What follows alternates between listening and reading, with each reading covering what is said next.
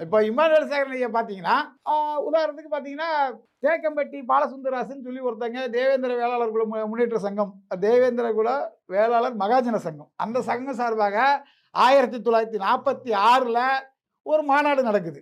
அந்த மாநாடு வந்து மதுரை விக்டோரியா எட்வர்ட் மஹால்ல நடக்குது. அதுல வந்து அவர் கலந்துக்கிறாரு. அப்போ வந்து ஐயா பெருமாள் பீட்டர் அவர்கள், வீரர் வேலுச்சாமிநாதன் அவர்கள், அந்த கூட்டத்தில தான் முதல் முறையாக இம்மானுவேல் சேகரன் அவர்கள், நம்ம ஐயா வேலுச்சாமிநாதன் இவங்கலாம் சந்திக்கிறாங்க. இவங்கலாம் ஒரு குறிப்பிட்ட பகுதியைச் சேர்ந்த மக்கள்ங்கிறனால எல்லாரையுமே அண்ணன் தம்பிமா, அண்ணன் பிள்ளையா பழகுறாங்க. எல்லாருமே ஒற்றுமையா இருக்காங்க. அப்படிதான் இருக்காங்க. அ இம்மானுவேல் சேகரனை பொறுத்தளவுக்கு பல மாநாடுகளை நடத்தியிருக்கிறார். தாழ்த்தப்பட்ட சமுதாய மக்களுக்காக பல மாநாடுகள் நடத்தியிருக்கிறார். சமூக நீதிக்காக பல போராட்டங்கள் நடத்தியிருக்கிறார். பல்வேறு இதில கக்கன் அன்றைய அமைச்சர் கக்கனோடு நெருக்கமாக இருந்திருக்கிறார். சொல்லப்போனா அவர் காங்கிரஸ்ல சேர்ந்ததே பெருந்தலைவர் காமராஜர் முதலமைச்சரா இருக்கும்போது அவர் முன்னிலையில் சேர்ந்திருக்கிறார். அப்ப அவர் அந்த இடத்துல அப்ப அவர் எவ்வளவு செல்வாக்கு இருந்தால் அன்றைய முதலமைச்சர் முன்னிலையில சேர்ந்திருப்பாருங்கிறத நீங்க வந்து புரிஞ்சுக்கணும். யாரா இருந்தாலும். அவர பத்தி பேசக்கூடிய தவறாக பேசக்கூடிய நமது சகோதரர்கள் இதை புரிந்து கொள்ள வேண்டும்.